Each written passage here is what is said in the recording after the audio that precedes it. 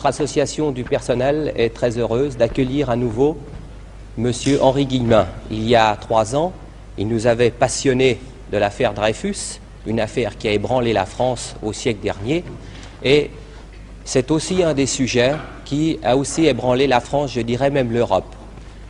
Je crois que c'est une insulte de le présenter, vous le connaissez tous puisqu'il est déjà venu ici, et pour ceux qui suivent ses conférences sur le petit écran, et je vais tout de suite lui donner la parole. Alors, Voilà. je me mets là devant, alors il Non, faut... vous pouvez vous balader. Et puis C'est ça un alors, émetteur, c'est un qu'est-ce émetteur. que j'en fais de ça? C'est un Je le laisse émetteur. comme ça? Oui, vous le laissez comme Bon. Eh bien, l'image traditionnelle de Robespierre, vous la connaissez, enfin, telle que je l'avais apprise moi-même dans les livres de Louis Madelin, qui faisait autorité quand j'étais étudiant. L'image d'un incorruptible, c'est entendu, mais en même temps une espèce de pion âcre, enfin, un fanatique glacé, une espèce de cuistre guillotineur, si vous voulez. Alors immédiatement, on opposait le visage de Danton en vous disant, oui, bien Danton est beaucoup moins incorruptible, mais Danton, c'est tout de même l'homme de l'audace, encore de l'audace, c'est un homme duquel sortait une chaleur humaine, tandis que ce petit monsieur propret, mais aux mains sanglantes, quelle horreur. Mains sanglantes, ça me fait penser à l'image que j'ai vue en entrant, où le nom de Robespierre est accompagné de sang qui coule. Alors, est-ce exactement comme ça qu'il faut le voir? J'en suis pas sûr, et je peux vous dire que depuis un certain nombre d'années, cette ancienne image s'est déjà pas mal modifiée. C'est Mathiez, le premier, qui était le grand rival d'Aulard, vous savez, à la Sorbonne, Mathiez. Après lui, monsieur Soboul, qui a le même prénom, Albert Soboul. Jean Massin, qui a fait un très bon Robespierre. Et puis tout récemment, enfin il y a 2 ans je crois, monsieur Max Gallo, qui a aussi rapporté un Robespierre dont la physionomie est modifiée par rapport à l'image traditionnelle. Et bien je vais tenter de vous présenter Robespierre tel que je le vois. Alors pour ça, il faudrait regarder ce que c'est que le mouvement de 89 pour voir l'insertion de Robespierre. Bien, la chose importante à vous dire, citation de Michelet. Michelet est un grand écrivain, mais mon estime pour l'historien n'a cessé de décroître. Michelet vous affirme ceci: ce qu'il importe de savoir, c'est à quel point les idées d'intérêt furent étrangères au mouvement de 89. Et il ajoute même, oui, la Révolution fut désintéressée, c'est là son côté sublime. Je n'en crois plus rien. Voyons, qu'est-ce qui s'était passé réellement au XVIIIe siècle? La formation d'une nouvelle classe, que nous appellerons, si vous voulez, la richesse mobilière. Il y a eu cette grande expansion économique au XVIIIe siècle que vous connaissez, donc il s'était constitué une classe de financiers, d'industriels, de banquiers. Ces gens représentaient réellement une très grande part de la fortune française. Or, ils voyaient que, comme on dirait aujourd'hui, les leviers de commande étaient uniquement entre les mains de l'aristocratie. Alors, ces gens avaient envie de s'affirmer. Et ils avaient même un théoricien qui s'appelait Barnave, qui était un avocat du Dauphiné, un client des Perriers. Les Perriers, c'était de grands industriels de la région. Et Barnave a prononcé en 90 une phrase extrêmement importante, que je crois savoir par cœur: une nouvelle distribution de la richesse appelle, c'est-à-dire exige, une nouvelle distribution du pouvoir. Autrement dit, nous qui sommes très importants dans la France, nous tenons à avoir notre part dans la gestion des affaires publiques. L'occasion qui va se présenter pour cette nouvelle classe, c'est la situation financière française en 1689, la banqueroute imminente. Les 2 raisons de la banqueroute sont les suivantes. Il y en a une très célèbre, l'autre qui l'est moins. Raison célèbre, il y avait des parasites qui ne payaient pas d'impôts, et c'était précisément ce qu'on avait privilégié, à savoir l'aristocratie et le clergé. Mais deuxièmement, il faut aussi penser à la politique financière des rois de France, surtout Louis XV et Louis XVI, une politique d'emprunt permanent. Lorsque la France de Louis XVI décide de soutenir les insurgés d'Amérique qui vont donner les États-Unis, il faut de l'argent liquide pour faire la guerre. Necker, Suisse, vous savez, qui est au service de la France, Necker dit: mais tout l'argent que vous voudrez. Naturellement, on fait des emprunts énormes, et je vous dirai entre parenthèses que Necker s'y retrouve personnellement parce qu'il fait semblant d'être désintéressé à ce moment-là, de n'être plus banquier, et il prête jusqu'à 14% à l'État français. C'est intéressant, un ministre des Finances qui fait du 14% personnellement, ce qui lui permettra d'acheter ensuite le château de Coppet. Bon, alors en 1789, vous avez la situation que voici: la moitié, c'est vrai ce que je veux dire, la moitié du budget des dépenses françaises passe aux arrérages de la dette. Situation éminemment malsaine. Alors vous pensez bien que ces industriels, enfin ces grands personnages, ces notables, ne vont pas eux-mêmes faire la révolution et descendre dans la rue. Il leur faut un bélier. Ben, le bélier est tout trouvé, c'est la petite plèbe, c'est le petit peuple. Si vous lisez un livre divertissant, et qui ne voudrait pas l'être, mais qui l'est tout à fait, un livre de M. Garxot, de l'Académie française, sur la Révolution française, vous y lirez cette phrase surprenante: en somme, en 1689, l'ensemble était cossu. Je Je vous assure que c'est merveilleux de penser. L'ensemble était cossu. Alors vous voyez, quand on passe à des choses sérieuses, quelqu'un qui, Dieu sait, n'est pas un communiste, j'ai nommé M. Edgar Faure, qui a fait un très bon livre sur la chute de Turgot, et qui a cette phrase très importante, et d'un homme qui sait de quoi il parle. C'est vrai, la richesse française, la richesse nationale française s'était beaucoup accrue au XVIIIe siècle, et cela, écrivait Edgar Faure, avait abouti à faire les pauvres plus pauvres. Monsieur Gottschall, encore aujourd'hui, je crois, doyen de la faculté des lettres de Toulouse, et qui a fait, dans une collection importante qui s'appelle les 30 journées qui ont fait la France, qui a fait le 14 juillet, nous apporte, lui, des chiffres. Alors, je vais vous donner quelques-uns de ces chiffres. Le travailleur, à ce moment-là, c'est quoi? C'est le travailleur des champs, surtout les journaliers. Mais il y a aussi plus de travailleurs des villes que l'on imagine. Il y a déjà des concentrations industrielles. Enfin, le travailleur des champs ou le travailleur des villes gagne à peu près 20 sols par jour au XVIIIe siècle. 20 sols, pouvoir d'achat actuel, 4 à 5 francs suisses, hein, à peu près. Bon.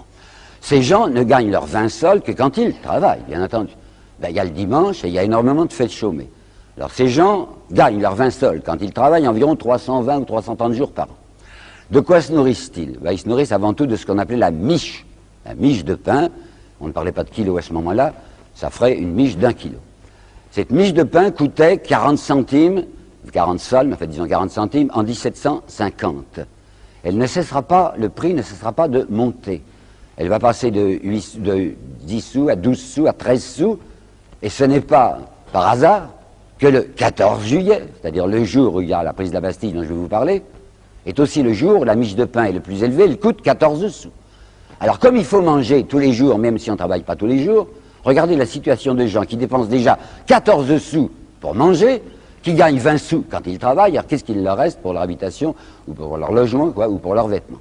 Des gens donc très malheureux. Ce n'est pas étonnant que dans l'année 1788, il y avait pas mal de tumultes, des émeutes, des petites insurrections de la misère, et en avril 1789, les États généraux ne sont pas réunis, ils vont se réunir le 5 mai, en avril 89, à Paris, une très violente insurrection qu'on appelle l'émeute Révillon, au quartier Saint-Antoine, quartier ouvrier, où il y aura, on fera donner la troupe, où il y aura environ 150 morts.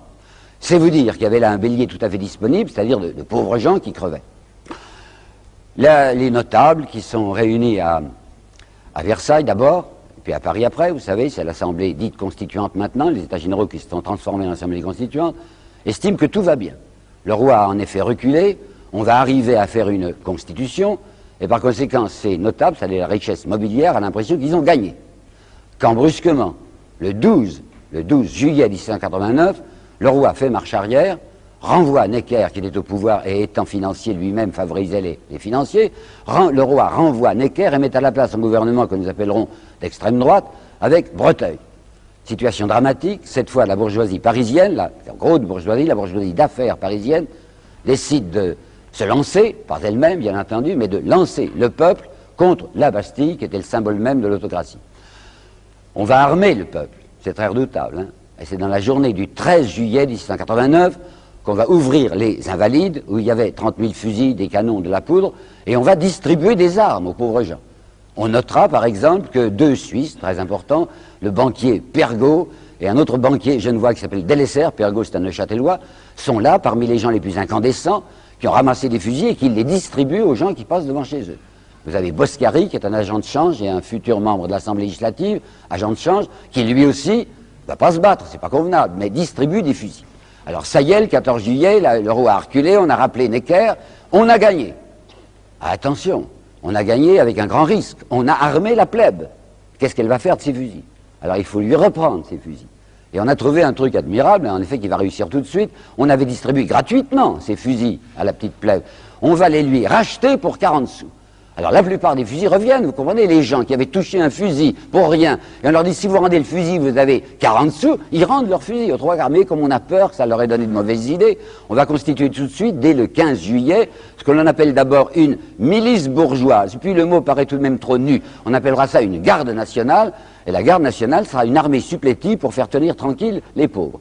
Et cette garde nationale se crée à Paris et se crée aussi en province. Maintenant, comme l'affaire est gagnée, on va faire une constitution.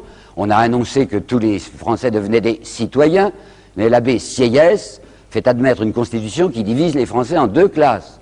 Il y a ceux qui payent des impôts et ceux qui n'en payent pas. On appellera tout le monde citoyen pour rire, mais il y aura les citoyens actifs et les citoyens passifs. Ça, c'est un chef-d'œuvre d'humour noir d'appeler citoyen passif, puisque le passif, c'est celui qui n'a pas le droit de vote. Alors, en somme, il n'y a que les possédants ou demi-possédants, ceux qui ont un petit peu d'argent, qui auront le droit de vote. C'est ça, la Constitution. En plus, loi Le Chapelier de mai 1693, à savoir interdiction est faite sous peine de prison aux ouvriers, aux salariés, comme on disait déjà, de se coaliser pour, je cite, pour enchérir leur travail. Défense de se coaliser pour enchérir leur travail, c'est-à-dire interdiction est faite aux salariés, aux prolétaires, quoi, de défendre leurs intérêts.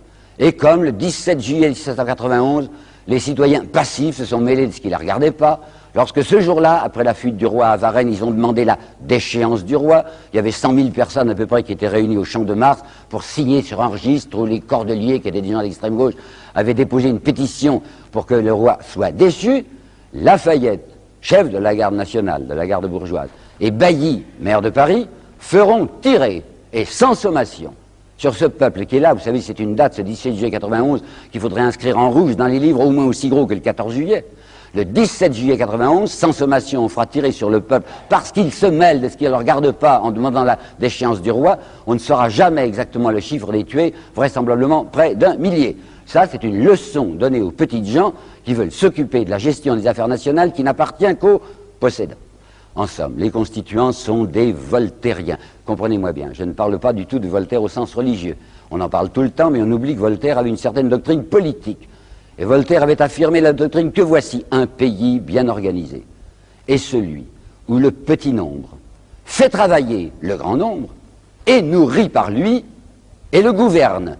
Ça, c'est une morale d'entretenu. Et bien, c'est la morale de la Constitution.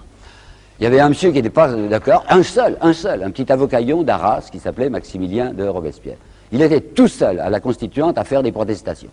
D'où sort-il? C'est un garçon qui n'a pas eu de chance. Il a perdu sa mère tout petit. Quand il avait 9 ans, son père a disparu. On dit qu'il est allé mourir à Munich, on n'en sait rien. On croit qu'il était parti avec une femme. Toujours est-il que ce petit Robespierre de 9 ans est chef de famille, puisqu'il y a derrière lui 2 sœurs et un petit garçon qu'on appelle en famille Bonbon et qui s'appelle en réalité Augustin. La chance de notre Maximilien de Robespierre, c'est un oncle paternel qui va obtenir pour lui une bourse de l'évêque d'Arras. C'est avec de l'argent ecclésiastique qu'il va faire ses études. Études au collège Louis le Grand, bonnes études, bon travailleur. Il va faire du droit. Et à 23 ans, il va prendre la succession, après un intervalle, la succession de son père qui avait été avocat à Arras. On a quelques dessins de ce très jeune Robespierre. Il a une figure poupine. À 23 ans, il a l'air d'un gamin. Il a des yeux un peu candides. Il a le nez retroussé comme Talleyrand. Et il n'est pas particulièrement ni méchant ni gentil, enfin il est quelconque. C'est un garçon qui n'est pas insociable, qui va dans les bals, qui tourne le madrigal comme tout le monde, mais on se moque un peu de lui parce qu'il a une passion, il parle tout le temps de Jean-Jacques Rousseau. Pas le Rousseau des Confessions dit de la Nouvelle Héloïse, le Jean-Jacques du contrat social. Il est fou de Jean-Jacques, il vit de Jean-Jacques, il l'a vu et il le dit à tout le monde. Il était né en 58, Rousseau est mort en 78. En 78, Robespierre était encore étudiant à Paris. Rousseau était pas loin, à Ermenonville, chez le marquis du Jardin, vous savez, et le petit Robespierre lui avait demandé une audience. Bien, Jean-Jacques Rousseau est accepté de voir ce garçon. Je ne pense pas qu'il avait tenu des propos sublimes, mais en fait, il avait parlé. Alors Robespierre disait, j'ai vu Jean-Jacques Rousseau. Bon, les gens souriaient un peu.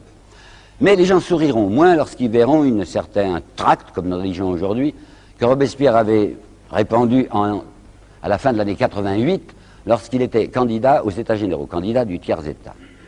Je vais vous lire, ce texte est tout court, là, la phrase essentielle, je vais vous le lire lentement. C'est du Robespierre 1688.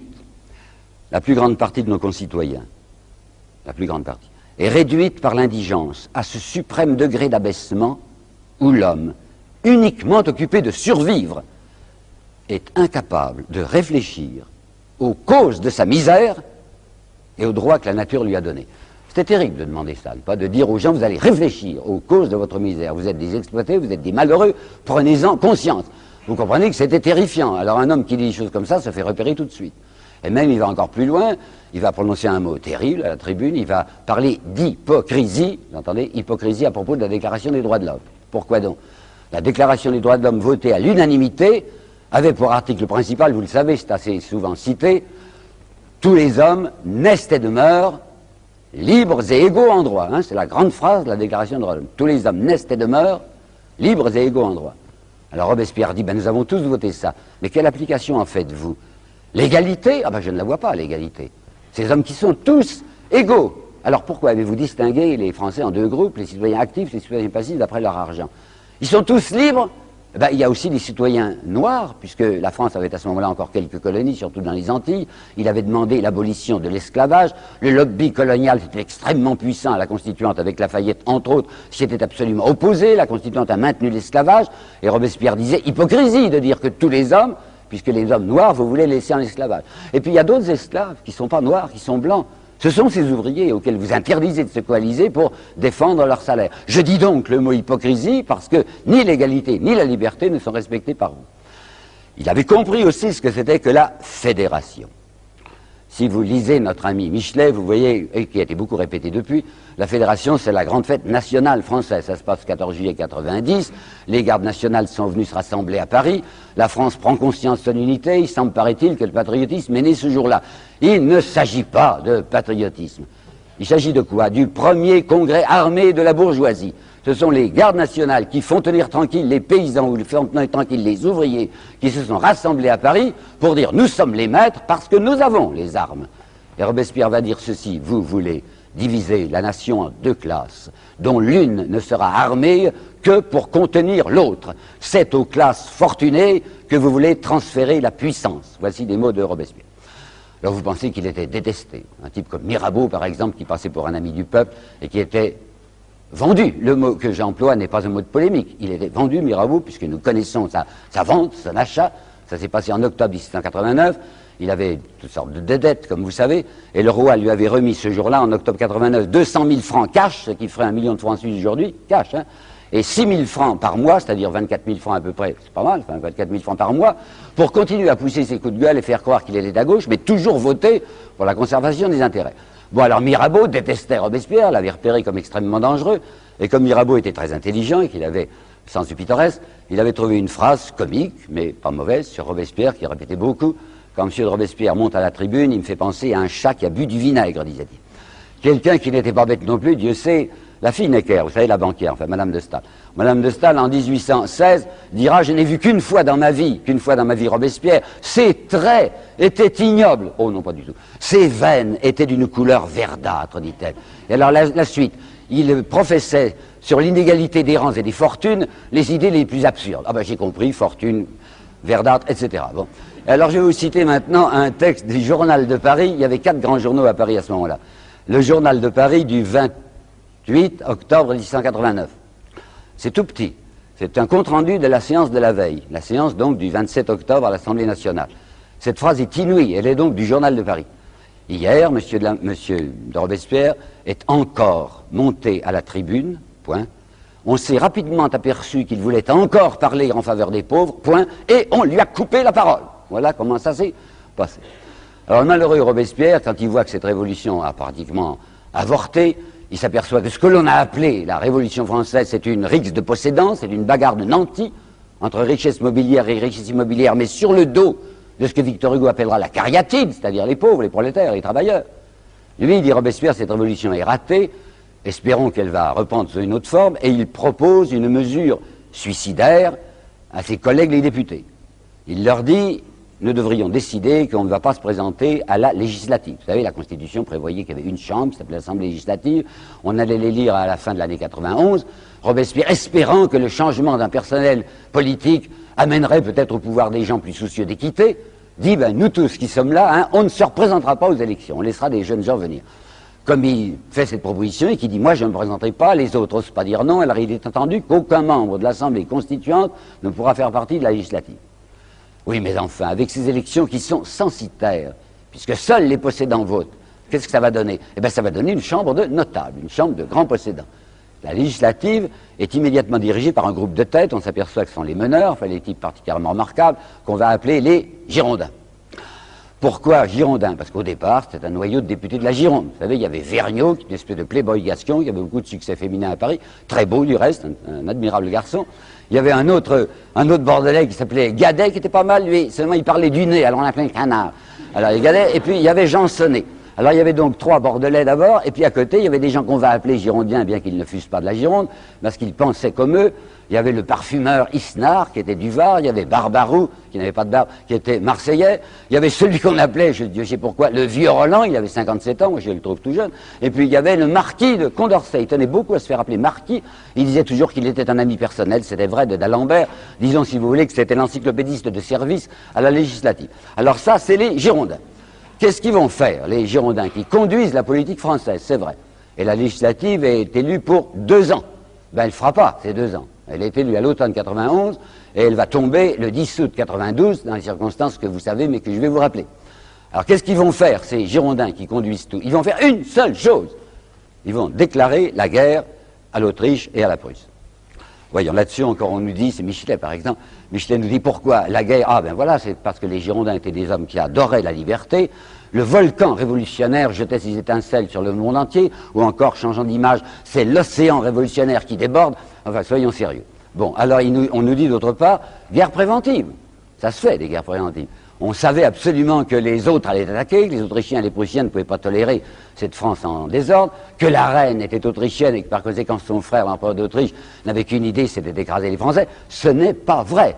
Plus aucun historien aujourd'hui ne soutiendrait que la France était menacée militairement à ce moment-là. Il y avait les émigrés, bien sûr. Ils étaient environ 15 000, qui étaient à Koblenz, vous savez, sur les bords du Rhin. Ils étaient 15 000 sur les 25 millions de Français, c'était pas extrêmement dangereux, ils faisaient beaucoup de moulinets, mais ils n'étaient redoutables que s'ils avaient derrière eux la possibilité d'avoir l'appui militaire des forces autrichiennes et des forces prussiennes. Ça, c'eût été redoutable. Mais précisément, le malheur de ces immigrés, c'est qu'ils ont beau supplier les Autrichiens ou les Prussiens d'intervenir, les Autrichiens et les Prussiens ne veulent pas intervenir. Et même la reine Marie-Antoinette qui a écrit à son frère l'empereur en lui disant « Le plus grand service que vous pourriez nous rendre serait de nous tomber immédiatement sur le corps », l'empereur d'Autriche ne veut rien entendre. Pourquoi? Parce que l'Autriche et la Prusse ont leurs yeux fixés sur l'Est et non pas sur l'Ouest. Sur l'Est, c'est-à-dire la Pologne. Vous vous rappelez le fameux destin de la Pologne au XVIIIe siècle, gâteau que tout le monde mangeait? Non, ils étaient 3 à le manger. Il y avait eu déjà 2 mangements, si je puis dire, et l'Autriche et la Prusse regardaient avec inquiétude du côté de Catherine II, dont les dents étaient très longues, en se disant si on n'intervient pas, elle va tout manger. Alors il faut qu'on garde nos soldats pour une intervention militaire en Pologne. Après, on verra du côté de la France. Donc, rien à faire, ils ne veulent pas s'engager. Tout ce que les émigrés ont obtenu de la Prusse et de l'Autriche, c'est la déclaration de Pillnitz, vous trouvez ça dans tous les livres, déclaration purement platonique, en disant, oui, le moment venu, si notre unité se constitue, si l'Angleterre, qui avait bien envie de rester neutre, accepte aussi, alors on pourrait envisager plus tard, pour ça, une intervention militaire sur la France. Il n'y a pas de danger militaire. Alors, pourquoi est-ce que les Girondins vont faire la guerre? Ben, c'est très intéressant et beaucoup d'histoires ne le disent pas encore. Ils vont faire la guerre pour avoir de l'argent. Pourquoi? La banqueroute dont je vous ai parlé tout à l'heure, comment est-ce qu'on l'avait conjurée? Vous vous rappelez, à l'automne 1789, la France décide de mettre la main sur les biens du clergé. Et je n'y vois aucun inconvénient, étant donné que l'Église avait 3,5 milliards de biens, ce qui était un peu excessif. Alors comme la situation française était pénible, ben, on prenait l'argent du clergé. Alors on ne pouvait pas jeter immédiatement sur le marché ces 3,5 milliards de biens, et on avait fait pour la première fois, vous le savez bien, des papiers-monnaies, qu'on appelait assignats. Et les assignats étaient gagés par cette fortune ecclésiastique, devenue fortune nationale. Ça s'était passé à l'automne 89, et nous en sommes maintenant à l'automne 91. Et bien la planche aux assignats a déjà tellement bien tourné qu'il y a 1 milliard 900 millions, 1 milliard et 900 millions d'assignats en circulation. Et l'assignat commence à perdre sa valeur. C'est-à-dire qu'en 91, si vous arrivez dans une banque avec un assignat de 100 francs et que vous demandez 100 francs or, on vous donne 80 francs. L'assignat a déjà perdu du 20%. Si on continue, il n'y a pas de raison pour que ça s'arrête, si on continue à faire tourner la planche aux assignats comme ça, dans 6 mois, il n'y a plus de gage. Par conséquent, c'est la monnaie qui tombe. Il faut faire de l'argent. Ben, on ne peut plus en trouver du côté du Curon à tout prix. Mais heureusement, il y a les Rhénans à côté de la France, il y a les Belges qui ont pas mal d'argent, eh bien on va les prendre le bien d'autrui. C'est exactement ça. La guerre des Girondins, c'est une guerre de rapine. Et il ne faut pas que je me mette à affirmer des choses aussi affreuses sans apporter immédiatement des preuves. Alors je vais vous les donner, les preuves. 14 décembre 1791, nouveau ministre de la guerre, il s'appelle Narbonne, il est très bien avec les Girondins. Narbonne, c'est l'amant numéro X de Madame de Staël, elle trouvait plus drôle de faire l'amour avec un ministre, elle l'avait fait ministre de la guerre.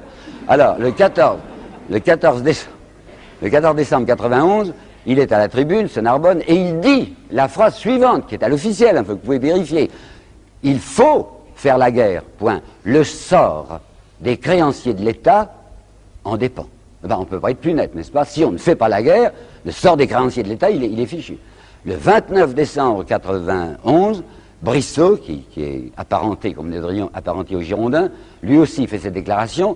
Écoutez bien, la guerre est indispensable à nos finances et à la tranquillité intérieure. Je vous demande de garder la tranquillité intérieure dans un coin de votre mémoire. Indispensable à nos finances et à la tranquillité intérieure. Alors, il y a toujours ce gêneur, enfin, qui est toujours là pour empêcher de danser en rond, c'est Robespierre, qui va encore faire une protestation pendant 1 mois et demi. Il n'est plus député, puisque c'est la législative, mais il a sa tribune des Jacobins. Et décembre 91, janvier 92, Robespierre fait une charge permanente et à fond contre l'idée de la guerre. Et qu'est-ce qu'il dit? Son premier argument, c'est si vous voulez faire cette guerre d'agression, vous reniez. Pourquoi reniement? Parce que la Constituante, à un moment où on n'avait pas besoin d'argent, avait accepté, à l'unanimité, de voter une proposition de Robespierre. Ça s'était passé en mai 90, 23 mai, je crois, 90, et Robespierre avait fait voter par la Constituante ceci: la nation française déclare solennellement qu'elle ne fera plus jamais de guerre d'agression.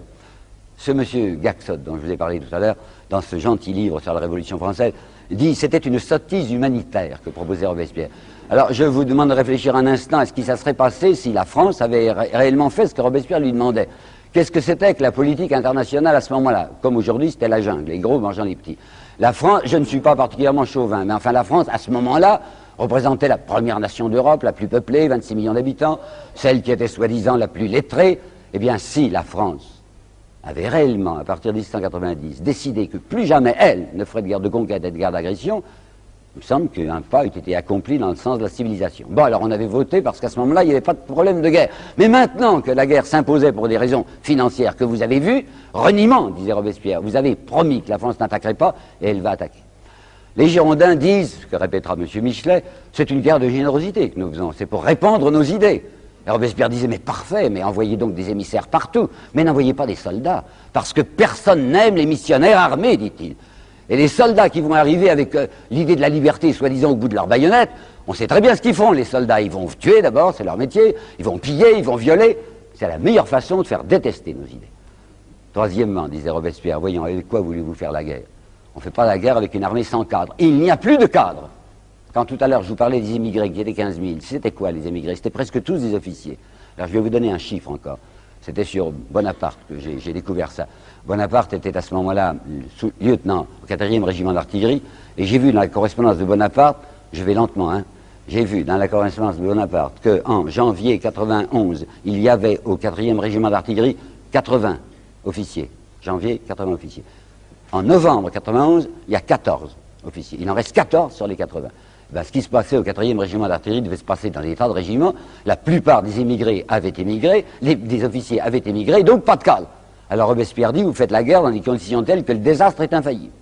Et il ajoute, se rappelant ce qu'il avait vu le 17 juillet 91, quand Lafayette avait fait tirer sur le peuple, il dit, faites attention, hein, vous avez réparti les forces françaises en 3 groupes.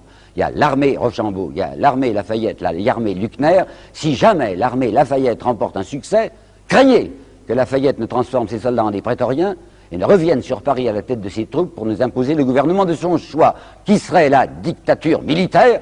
Et dit Robespierre, il n'y a pas de pire despotisme que le despotisme militaire, ce qui n'était pas mal vu. Bon, alors maintenant, 4e remarque, il dit ce que vous proposez, c'est une guerre de diversion. Une guerre de diversion. Quoi donc? Le prix du pain avait bien baissé à la fin de l'année 89 et encore à 90, donc il n'y avait plus de problème social, les gens mangeaient à peu près. Mais voilà qu'en 91, le problème s'était de nouveau posé, soit que la récolte était déficitaire, soit que des gens aient accaparé des blés, comme l'avait fait Necker, c'était une des origines de sa fortune. Necker accaparait le blé, disait il y a 10 aides, quand le prix était monté, il le remettait sur le marché à un prix supérieur. Toujours est-il que les gens ne mangeaient plus en 91. Alors de nouveau, agitation sociale. Boscari, dont je vous ai parlé tout à l'heure, l'agent de change, en février 92, arrive les yeux hors de la tête à la tribune. Il est maintenant député de la législative, puisqu'il n'était pas député de la constituante. Il était en même temps commerçant, l'agent de change. Bon, il avait un magasin d'épicier. Et il dit, c'est passé une chose épouvantable, ce matin, des ménagères sont entrées dans mes épiceries et ont volé des piles de savon. C'était vrai, c'était une chose extrêmement indigne. Il avait annoncé une augmentation massive du prix du savon. Les femmes ont pris ça très mal, c'était venu voler le savon, ce qui était déjà très coupable. Mais alors, ce qui se passe le 3 mars 92, tout à côté de Paris, c'est infiniment plus grave. C'est à Étampes que ça se passe. Les ouvriers agricoles d'Étampes, qui ne mangent pas à leur faim, sont venus trouver le maire. Le maire s'appelle Simoneau, c'était un petit industriel, c'était un tanneur. Et c'est la première fois qu'on entend parler d'un mot qui va être si célèbre pendant la Révolution. Ces gens demandent le maximum. Vous savez, aujourd'hui on dit maximum, mais ils disaient maximum, alors je prononcerai comme eux. Ça veut dire quoi le maximum? Ces gens demandent une intervention des pouvoirs publics, soit municipaux, soit départementaux, soit nationaux, pour fixer le prix de vente des denrées de première nécessité, et avant tout le prix de vente du pain. Ça, c'est inqualifiable. Les Girondins disent que c'est intolérable. Ce sont des amis de la liberté, comme vous savez. Ben, la première liberté pour eux, c'est la liberté économique. On ne doit pas intervenir sur les marges bénéficiaires. C'est à ce moment-là même que M. Roland, le vieux Roland dont je vous parlais, prononce cette phrase, tout ce que l'Assemblée, la législative, tout ce que l'Assemblée peut faire en matière économique, c'est de déclarer qu'elle n'interviendra jamais. Qu'elle n'interviendra jamais. Alors, comme le maire leur dit, non, non, n'y comptez pas, ça, jamais je ne taxerai le pain, les types qui crèvent le tuent. C'est le premier mort, un des premiers morts de la Révolution, enfin, le mort pour la propriété, si vous voulez. Les Girondins sont complètement affolés en se disant, il faut faire la guerre. Vous vous rappelez, Bristow, la guerre est indispensable à la tranquillité intérieure, puisqu'il y a une agitation sociale. Il faut vite déguiser les soldats en conscrits, les jeunes gens en conscrits, les envoyer à la caserne, les envoyer sur le front, parce que nous pouvons espérer quelques résultats militaires, et surtout, ça fera une ponction sur la classe ouvrière, et tous ces petits prolétaires ne nous embêteront plus, puisqu'ils seront des soldats. Robespierre l'avait vu et le dit. Cinquièmement, dit Robespierre, vous, Girondins, qui attaquez tout le temps le parti autrichien qui est aux Tuileries, c'est vrai, il y avait un parti autrichien qui était le parti de la reine, vous ne voyez donc pas qu'en demandant la guerre, vous faites le jeu de la cour. Michelet, en 1869, dans une postface à son histoire, répondant à une attaque de Louis Blanc, Michelet dira, Monsieur Louis Blanc a repris les calomnies de Robespierre contre les Girondins qui, soi-disant, faisaient le jeu de la cour. Et Michelet n'hésite pas à écrire, la guerre, la cour en avait peur, virgule, une peur effroyable. Alors je vais vous montrer la peur effroyable que la cour avait de la guerre. Vous vous rappelez déjà ce qu'a dit Marie-Antoinette en demandant à son frère d'intervenir militairement le plus vite possible, mais voici une phrase de Louis XVI. Elle est du 14 décembre, c'est-à-dire le même jour où il y avait le discours de Narbonne que je vous citais tout à l'heure. Le 14 décembre 91, le roi de France, Louis XVI, écrivant à son ami le baron de Breteuil, qui a été ministre pendant 2 jours, vous vous rappelez, 13-14 juillet, non, 12, 13 et 14 juillet, et qui est maintenant réfugié à Bruxelles. Le 14 décembre 91, le roi Louis XVI, écrivant à Breteuil, lui dit « L'état physique et moral de l'armée française, l'état physique et moral de l'armée française est tel qu'elle ne peut même pas faire 6 mois de campagne. Conclusion, il faut faire la guerre le plus vite possible, parce qu'il y aura un désastre et qu'on pourra rétablir la situation telle qu'elle devait être en 1688. » Alors le roi va faire que les responsables de l'affaire prennent leurs responsabilités, il va appeler un ministère girondin, et c'est un ministère girondin qui, le 20 avril 92, va déclarer la guerre à l'Autriche. Ben, le résultat ne s'est pas fait attendre. Dès le 25, désastre, l'armée de Luckner, je dois vous dire entre parenthèses que Marie-Antoinette, par l'intermédiaire de son ex-amant Fersen, avait averti les Autrichiens du mouvement. On a le petit billet où il dit à Fersen, l'armée de Luckner va faire mouvement, avertissez qui de droit. Bon, l'armée Luckner s'avance du côté de Tournai, 2 régiments de dragons commandés par les officiers qui étaient restés sur place, imaginant qu'ils pourraient rendre de meilleurs services en restant. 2 régiments de dragons désertent, les officiers passent du côté des Autrichiens. Les Français, sans doute pour faire aimer la Révolution, brûlent les faubourgs de Tournai avant de se retirer. C'est, si vous voulez, le front, comme on disait, comme on dit, qu'on ira depuis, qui est ouvert. Les Autrichiens peuvent foncer sur Paris, puisqu'il n'y a plus d'armée française, elle s'est volatilisée du côté de Luckner. Ils n'avancent pas. La reine et le roi se rongent les poings en disant « Mais la route est libre, ils ne viennent pas. » Ils ne viennent pas parce que l'affaire de la Pologne n'est pas encore réglée. Alors, faute d'intervention militaire, on peut au moins faire une intervention orale, et tout ce que le roi et la reine obtiennent, c'est le fameux manifeste de Brunswick. Tous les livres d'histoire vous en parlent.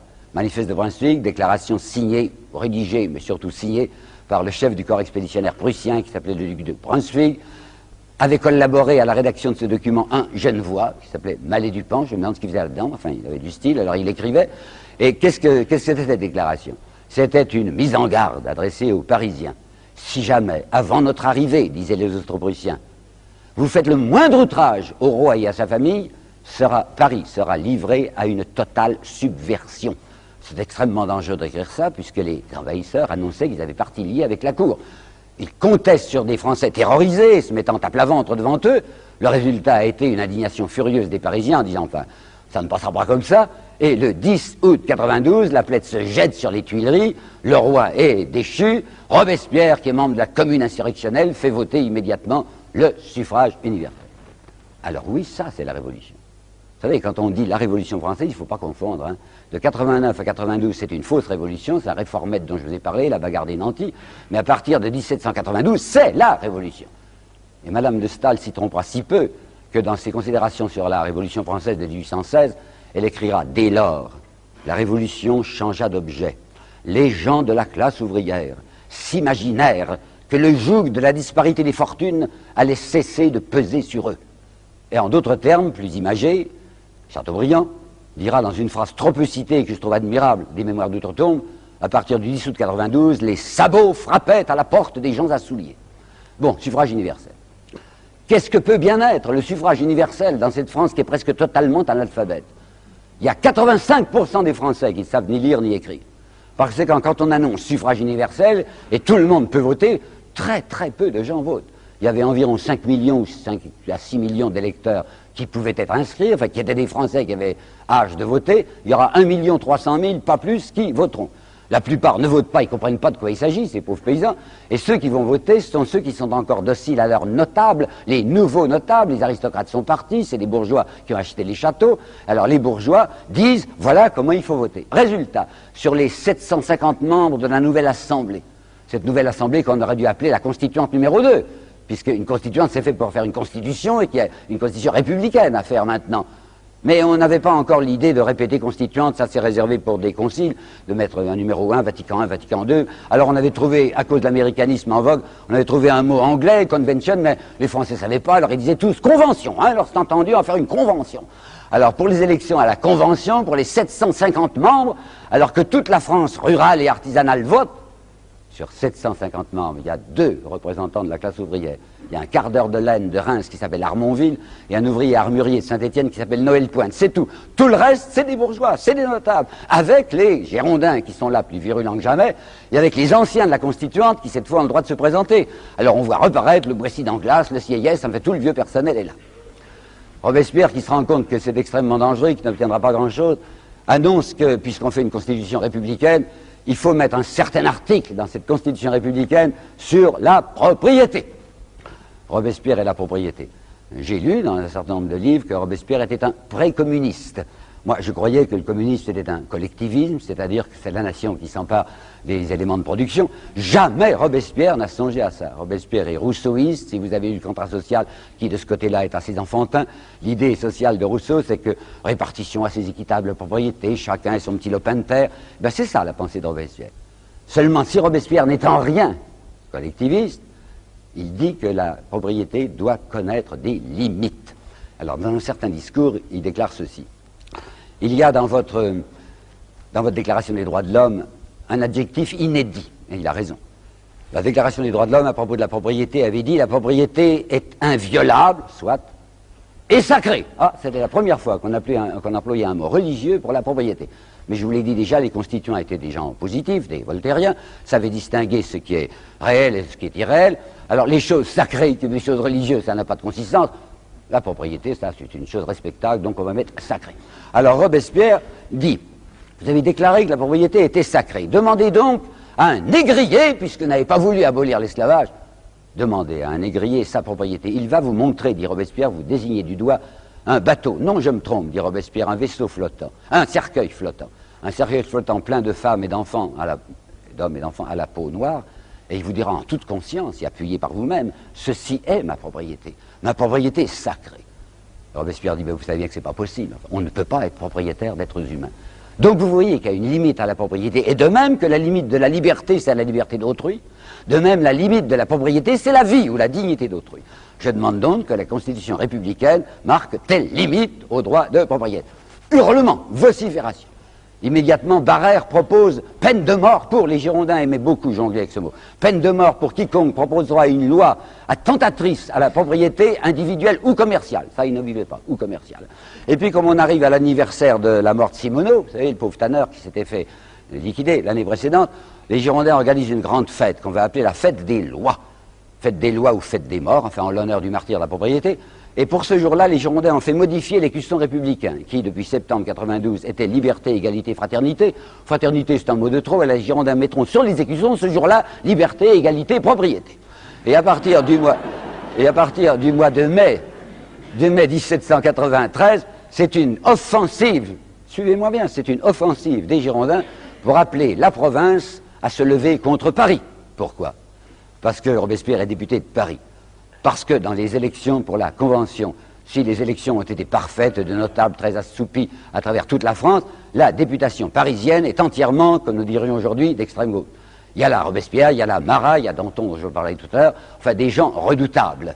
C'est pourquoi les Girondins disent il faut appeler la province au secours de ce Paris qui est menacé. Et le 8 mai 1893, Vergniaud, montant à la tribune, jette son premier appel de guerre civile. Vergniaud dit « Habitants de la Gironde, levez-vous ! Il n'y a plus une minute à perdre, sous peine de voir les bases de la société se dissoudre. » Cambon, qui est à la fois député et industriel du Midi, Cambon fait à la tribune une déclaration parallèle. « Généreuse population du Midi, levez-vous !»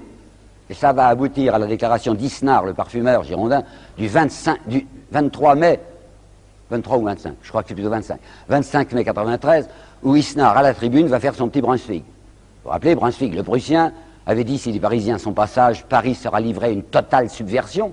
Et lui, Isnard, qui est cependant, je croyais, un Français, va dire, si la population de Paris se mêle du moindre attentat à l'égard de la propriété, Paris sera détruit par les forces provinciales, puis comme il a le sens du pittoresque, et bientôt, dit-il, le voyageur des bords de la Seine se demandera si jamais une ville s'est élevée là.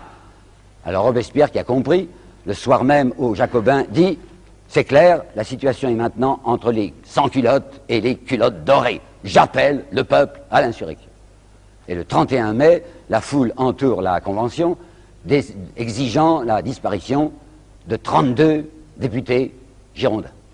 Michelet déchire ses vêtements en racontant ça, en disant c'est un attentat. C'est vrai, c'est parfaitement vrai. C'était extrêmement illégal.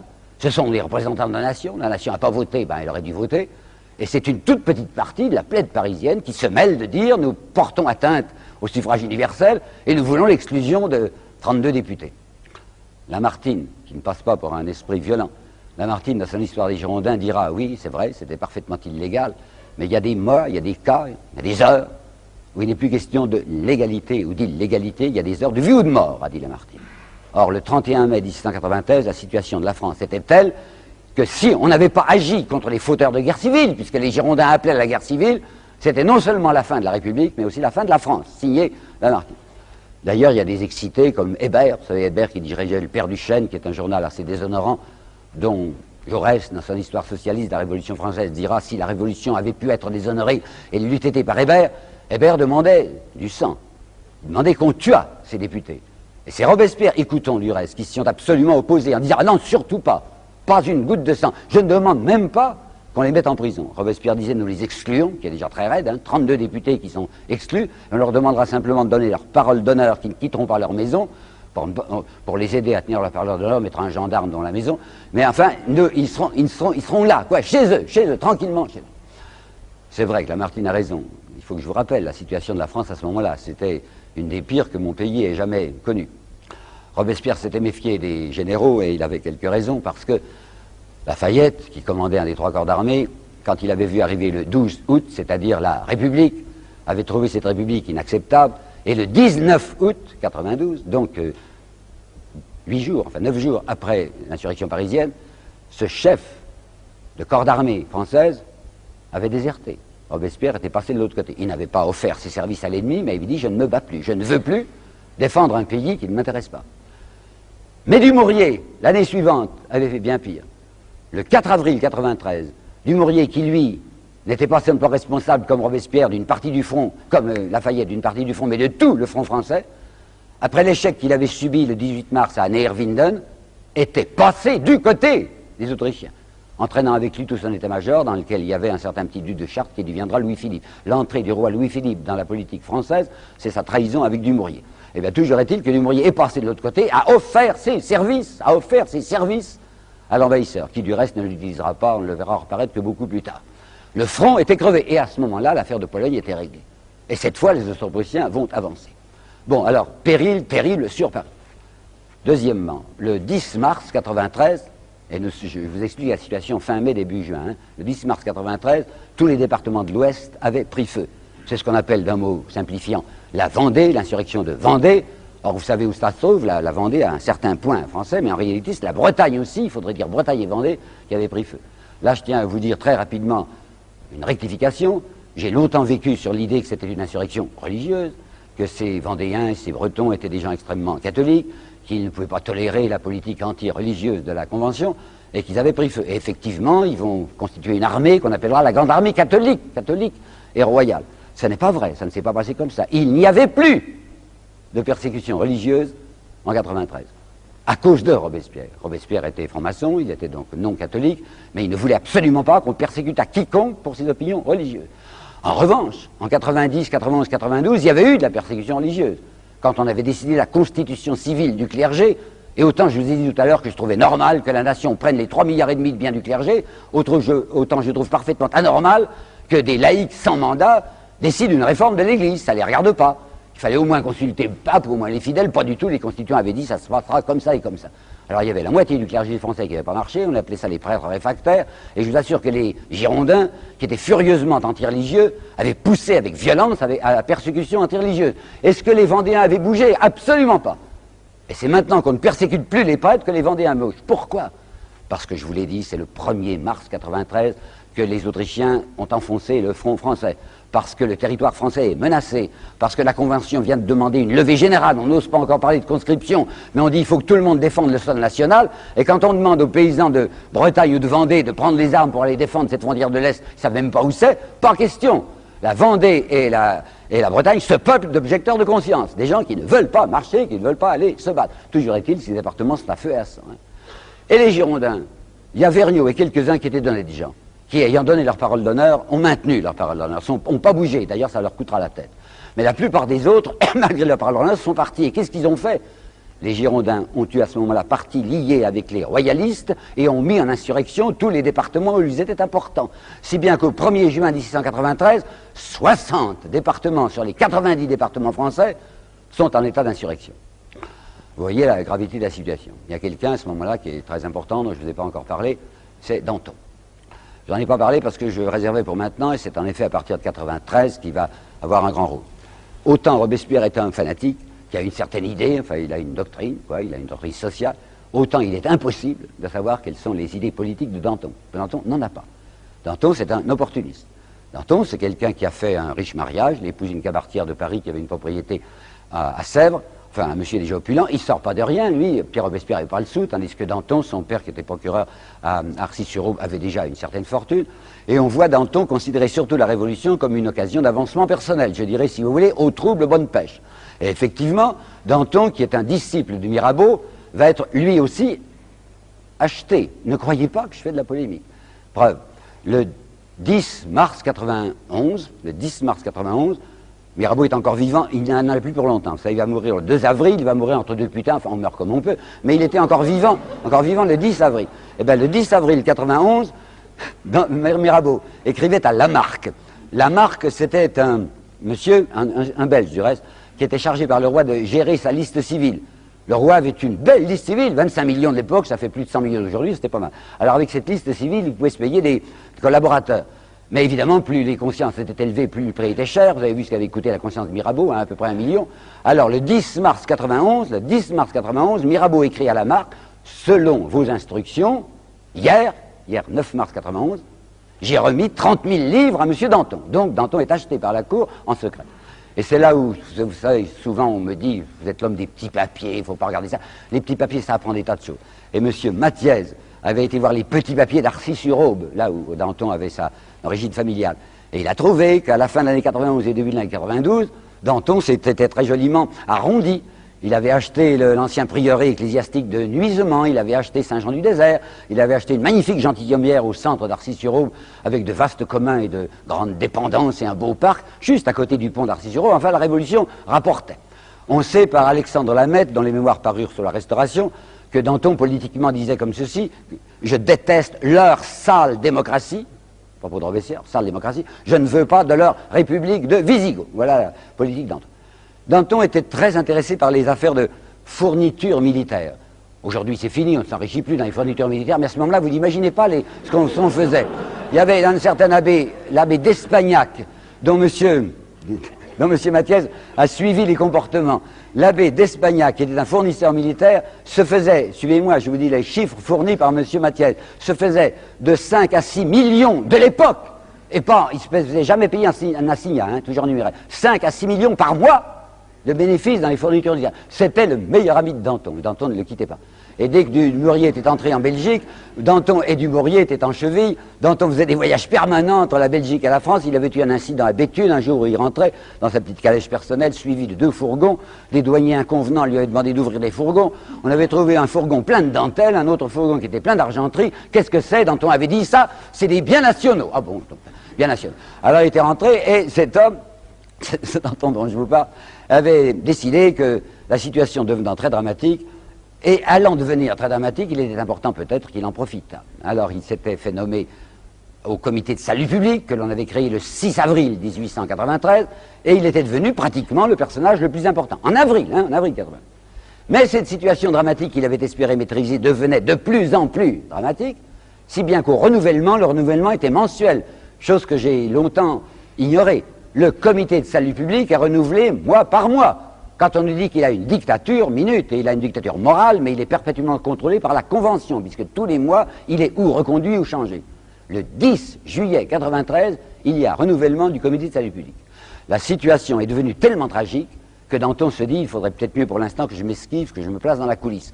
Il ne peut pas le dire ouvertement, il a son idée derrière la tête et il explique à ses camarades, c'était un homme, vous savez, très jovial, qui tapait sur le ventre de tout le monde, qui les tutoyait, qui racontait beaucoup d'histoires graveleuses. Enfin, il avait une grande popularité et il venait de se remarier. Il avait perdu sa première femme, la Cabaretière, en février 93. Il avait d'elle 2 enfants qu'il adorait, il aimait beaucoup ses gosses, il aimait beaucoup sa femme, il la trompait tout le temps, mais il l'aimait bien. Enfin, elle était morte en février 93, et Danton n'est pas quelqu'un qui peut supporter un long veuvage, si bien que veuf en février, il se remarie en juin, il la prend plus jeune, elle a 15 ans et demi, et il explique à ses camarades, il explique à ses amis de la Convention, jouissant de la popularité que vous lui connaissez, il dit, écoutez, tout de même, enfin, je viens de me marier, elle a 15 ans et demi, j'ai tas de choses à lui apprendre, vous allez me donner un petit congé. Alors tout le monde dit, mais oui, Danton, bien sûr, ça y est, il part, le 10 juillet 93, il n'est plus au pouvoir.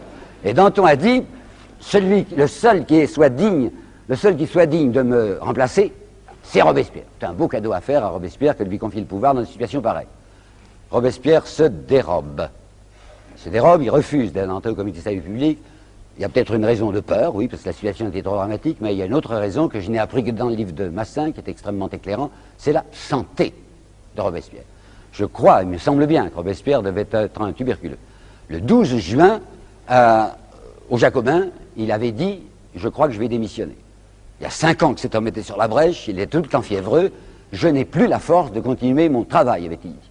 Le 12 juin. Puis il avait fini par ne pas donner sa démission, il refuse d'entrer au pouvoir le 10 juillet, il a honte, et le 27 juillet, une vacance vient de se produire, un nommé Gasparin s'est retiré du comité de salut public, tout le monde à l'Assemblée crie « Allez, Danton, allez, Robespierre, à vous !» Il y entre. Il va rejoindre les 3 qu'il avait délégués avant lui, c'était Couthon, c'était Saint-Just, c'était les Bon Saint-André, le pasteur Bon Saint-André, qui est un homme très remarquable sur lequel il n'y a pas encore d'études suffisantes. Il va rejoindre ses camarades au comité de salut public le 27 juillet 93, et peut-être savez-vous déjà que quand on va le tuer, le 9 Thermidor, c'est le 27 juillet 94.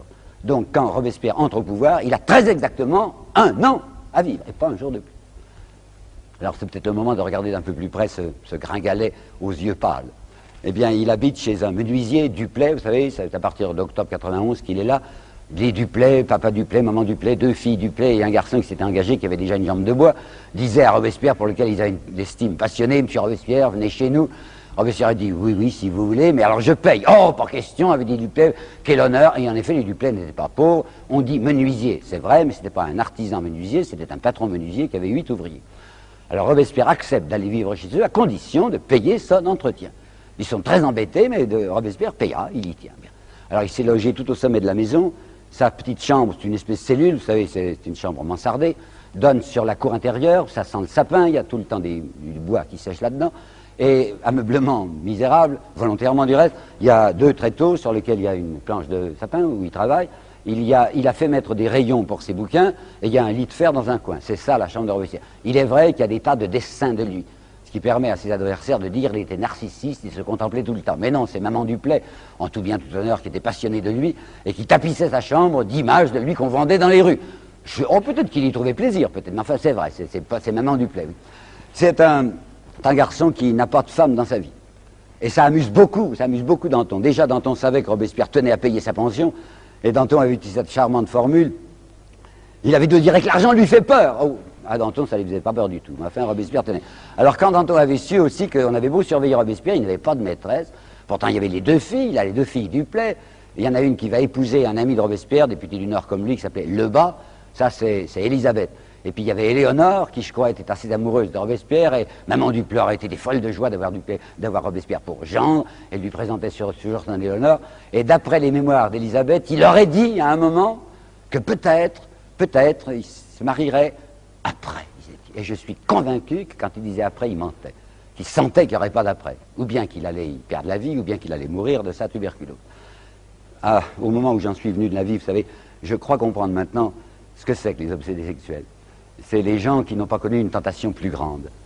Eh ben, je vois par exemple un homme comme Lamartine, que j'ai bien étudié, un homme comme Jaurès, que j'ai bien étudié. Il n'y a pas de femme dans leur vie. Parce que quand un type est passionné par une idée au point où il était Robespierre, c'est ça qui compte le plus. Robespierre, c'est quelqu'un qui croyait à ce qu'il disait, et même c'est une phrase bien amusante de Mirabeau contre lui, que j'avais réservée tout à l'heure pour vous la citer maintenant. Mirabeau avait osé dire avec un incroyable cynisme, M. de Robespierre est disqualifié pour la politique, car il croit tout ce qu'il dit, disait Mirabeau. Eh bien, c'est vrai. C'était un homme qui avait une grande idée, l'idée que personne ne s'occupe des écrasés, des humiliés, des déshérités. Eh bien, moi, Robespierre, je voudrais le faire. Bien. Alors, qu'est-ce qu'il va faire? Eh bien, il va en mettre un coup, je vous assure. Il va commencer, il l'avait déjà demandé à Couthon et à ses camarades, par l'abolition des droits féodaux.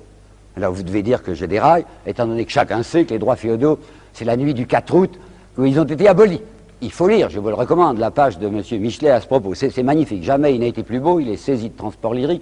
Il finit par crier il n'y avait plus à ce moment-là, plus de classe en France, rien que des Français à part entière. Vive la France! C'est dans le texte de Michelet.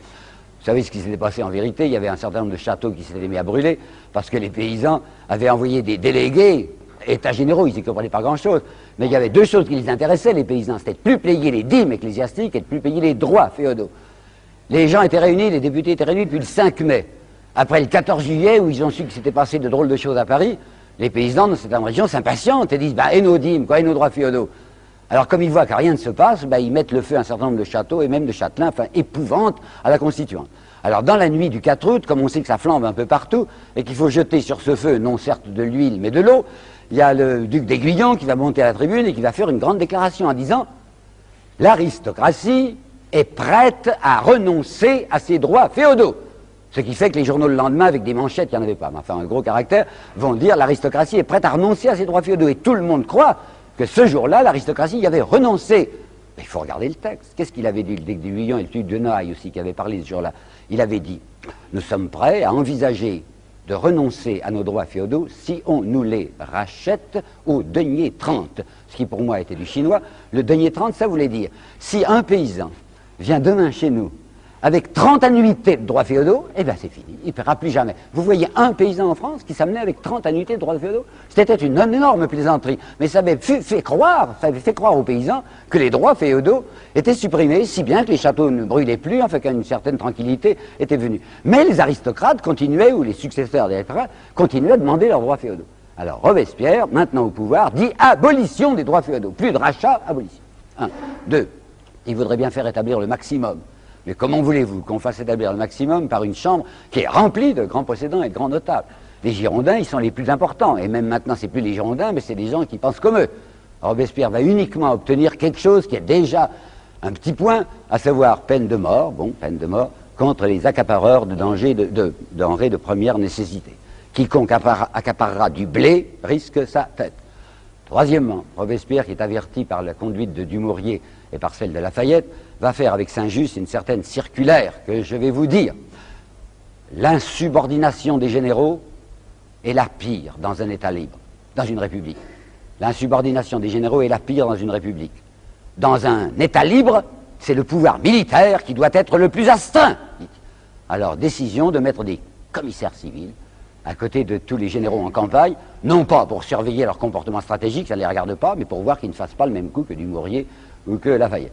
Et d'autre part, on va reconstituer des cadres qui seront pris dans la petite troupe, c'est là où on va voir sortir, vous savez, les fameux, les Hoche, les Marceau, les Kléber, qui étaient des simples soldats, des sergents, des sous-lieutenants, et qu'on va bombarder généraux. alors cette fois, on va obtenir en effet un certain nombre de succès. Les Français qui se faisaient battre partout jusqu'alors vont obtenir, grâce à Robespierre et à Saint-Just, et non pas grâce à Carnot, comme on le raconte, Carnot et ses 14 armées. Carnot est un instrument de Saint-Just et un instrument de Robespierre. On va obtenir la victoire de Honscott qui va délivrer Dunkerque, la victoire de Wattignies qui va délivrer Maubeuge, et Hoche est en train de constituer à Strasbourg une armée assez puissante pour reconquérir l'Alsace, sur laquelle les Autrichiens sont entrés. Enfin, Robespierre va supprimer, pour le plus grand deuil de Danton, les fournisseurs militaires. C'est-à-dire que l'État passera directement ses contrats, ne passera plus par l'abbé d'Espagnac et autres. Et il va faire établir 3 usines nationales, les premières, 3 usines nationales d'armement, 2 usines à Paris et une usine à Brest pour l'armement maritime, ce qui fait pousser des hurlements aux industriels en disant quoi alors l'industrie privée est menacée par l'industrie d'État, c'est intolérable. Mais Robespierre jouit d'un tel prestige qu'il n'y a pas moyen de dire le contraire. Alors Danton, qui s'était persuadé qu'une fois Robespierre au pouvoir s'y tuerait, enfin glisserait sur toutes les peaux de banane, Danton va essayer à 3 reprises de le faire tomber. Je dirais ça très rapidement. Danton va commencer le 1er septembre par une opération étrange que voici. Le 1er septembre, une nouvelle arrive à Paris et je reconnais qu'elle était énorme. Robespierre s'était méfié des généraux à juste titre, et il avait oublié, ce qui était un grand tort, il avait oublié les amiraux. Il y avait la flotte française de Méditerranée qui protégeait les côtes de Provence contre la flotte anglaise qui était là. Et le 28 août 93, les 2 amiraux de la flotte française, l'amiral Chosgros et l'amiral Trogoff, avaient rendu les navires français aux Anglais et avaient aidé les Anglais à occuper l'arsenal de Toulon. C'était pas mal de la part de ces amiraux. Alors quand cette nouvelle catastrophique arrive à Paris, Danton y voit l'occasion d'un soulèvement. Et c'est Danton qui réunit le peuple devant l'hôtel de ville en accusant de la manière la plus directe le comité de salut public, puisqu'il n'en fait pas partie et que Robespierre est le numéro 1, le comité de salut public de mollesse. Et c'est Danton qui déjà était l'initiateur du tribunal révolutionnaire créé à sa demande le 9 mars, alors que j'avais toujours cru, moi, que c'était Robespierre, tribunal révolutionnaire. Non, c'est Danton qui l'avait créé le 9 mars. Ce 1er septembre, Danton prononce la parole suivante. L'heure est venue d'une 3e révolution. Je me demande ce que ça peut signifier. La première, 89, n'était pas une révolution. La seconde, 10 août 92, était la révolution, la seule révolution possible. C'est-à-dire qu'on donnait le suffrage universel aux gens et on se disait d'année en année, tout de même, il y aura moins d'analphabètes. Et avec le suffrage universel, les gens ouvrant les yeux sur leurs conditions et comprenant les causes de leur misère, arriveront peut-être à faire une république d'équité. Mais parler d'une 3e révolution n'était de parler de rien d'autre chose que d'une anarchie. Il était soutenu, Danton, par un individu dont j'ai déjà prononcé le nom devant vous, Hébert, qui était un enragé, un furieux, qui gagnait du reste 30 000 livres par mois, 30 000 francs par mois avec son horrible journal, Le Père Duchesne. Mais Hébert va être contré par son adjoint qui s'appelle Chaumette. Hébert était le numéro 1 de la commune, Chaumette était le numéro 2, qui était un homme extrêmement estimable, qui vivait volontairement dans la pauvreté et qui va défendre Robespierre et qui va dire aux gens ne faites pas ça, ne vous jetez pas, comme le demande Danton, sur la Convention pour recommencer en 31 août. Le même Danton, ce 1er septembre, dit le tribunal révolutionnaire ne travaille pas assez. Il n'y a pas assez de têtes qui tombent. Je demande une tête par jour, dit Danton. Il faut mettre la terreur à l'ordre du jour. Ce n'est pas une phrase de Danton, c'est une phrase qu'il va répéter. C'est le curé constitutionnel de Chalon-sur-Saône, dont le nom m'échappe maintenant, curé constitutionnel de Chalon-sur-Saône, qui a dit il faut mettre la terreur à l'ordre du jour. Et Danton s'en est emparé. Grâce à Chaumette, il n'y aura pas d'insurrection, on ne va pas se jeter contre la Convention, mais les conventionnels auront tellement peur que Robespierre va obtenir d'eux le 9 septembre ce qui n'avait pas encore pu leur arracher, le vote du maximum. Le 9 septembre 93, grâce à la peur qu'ils ont eue, ils consentent à intervenir dans une affaire commerciale et à dire le pain ne se vendra pas au-delà de temps. Et comme une disposition légale n'est appliquée que si on surveille l'application, Robespierre fait créer une petite armée, 4000 hommes, qu'on appellera armée révolutionnaire, mais qui aura du canon avec elle, et ces 4000 hommes passeront leur temps à rôder dans Paris et autour de Paris pour voir si le maximum est appliqué. Deuxième tentative de Danton, curieuse celle-là, vraiment très peu connue, et c'est M. Soboul qui nous l'a révélé. Vous savez, Albert Soboul, dont je vous ai parlé tout à l'heure, qui est marxiste et qui est athée, je ne suis ni l'un ni l'autre, et M. Soboul nous a apporté une vraie révélation dans son énorme bouquin de 1400 pages qui s'appelle « Les sans-culottes parisiens de l'an 2 » à propos de la déchristianisation. En octobre et novembre 93, il y a tout à coup, ce que je croyais moi être, une lame de fond dans le prolétariat parisien contre le christianisme. Pas contre le cléricalisme, c'est fini, il n'y a plus de cléricalisme.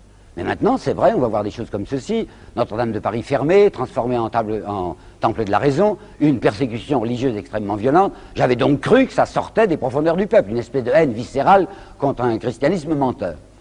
Ce monsieur Soboul, marxiste et athée, qui a fait une énorme recherche parmi les procès-verbaux des assemblées populaires de Paris, des Cordeliers, des Jacobins, tous les petits groupes locaux des arrondissements, déclare: j'ai tout étudié, c'est un travail de bénédictin, vous savez.